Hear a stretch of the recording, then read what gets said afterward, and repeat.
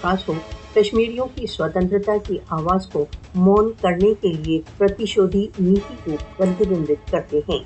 کشمیریوں کے ورد مودی شاسن کی دمن کارروائیاں بھارت دوارا اویدھ روپ سے ادھکت جموں کشمیر کی استھتی کو اور ادھک خراب کریں گی۔ کاسوں، چھاپے